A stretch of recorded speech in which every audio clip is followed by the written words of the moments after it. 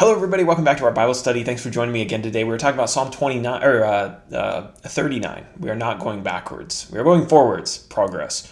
39 today. And there's a PDF that you can download for free on our website. It's going to be up on the screen, but you can download it and print it off, or save it on your computer or whatever you want to do. Okay. Who's the author of Psalm 39? That would be David. And are there any New Testament references back to Psalm 39? Not that I am aware of. Let's drop down now and talk about our themes. I've got two here. The first one is our tongues are dangerous and they must be controlled. Number two, life is short, and that realization should cause us to put our hope in the Lord. And then for our definitions, also two today.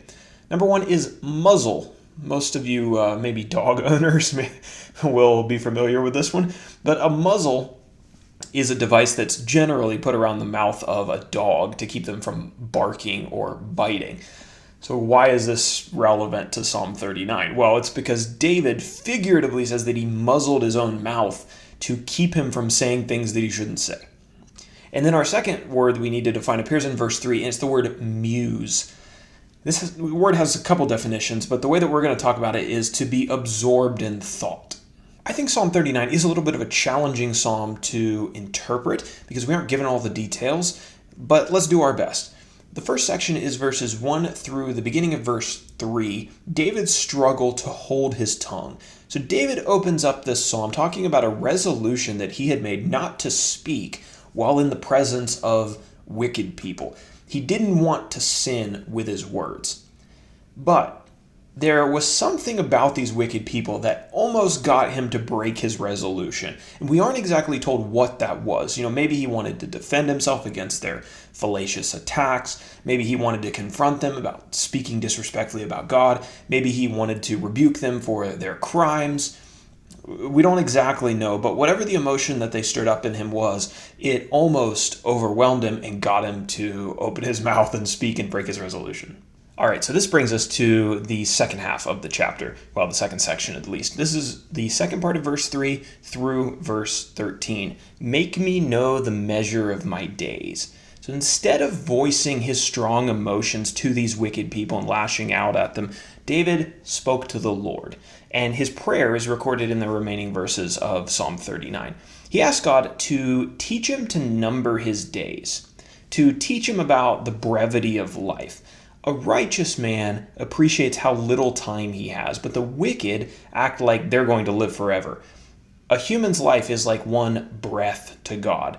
He describes it as a shadow, like a shadow on the sundial that only lasts for an hour. So with this reality before him, it seems that he shifts his mind and his emotions off of these wicked people, and he puts his hope in God. He wasn't going to be like these wicked people who spend their really, really short lives trying to gather up possessions as if they're going to live forever, just to lose them when their short life is over.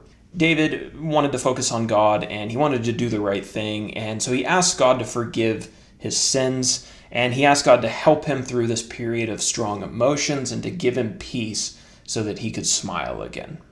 And so that is Psalm 39, not the easiest psalm to interpret and to figure out everything that's going on there, but I think we did all right. You can check my work with other people's interpretations. Let's talk now about our application. If you need to vent strong emotions like David did here, vent them to God. That's what we see David doing. He's holding in his words, he's holding his tongue, and then when he needs to let that out, he doesn't do it before these wicked people and give them a reason to accuse him, give them a sin of his, sin in front of them so that they have something to point out and to, shame him for. No, he takes his emotions to God. It is very, very hard to control your words and to prevent yourself from sinning when you're overwhelmed with emotion. And that could be a number of emotions. Maybe it's anger, jealousy, a desire for revenge, bitterness, heartbreak, or betrayal.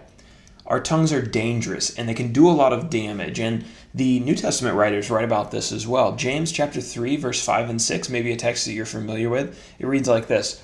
So also the tongue is a little member, it's a little body part compared to like your arm or something, yet it boasts great things. How great a forest is set ablaze by such a small fire.